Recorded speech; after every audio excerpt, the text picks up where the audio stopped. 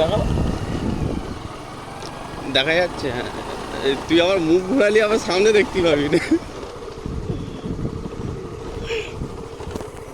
সোজাসুজি ভাবে ইয়ে করি।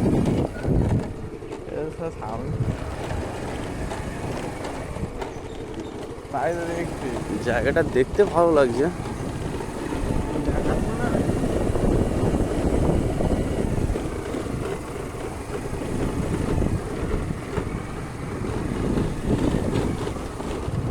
আমার ভাইজান নড়ছে আম পরে ভাইজারটা পুরো ইয়ে হয়ে আছে।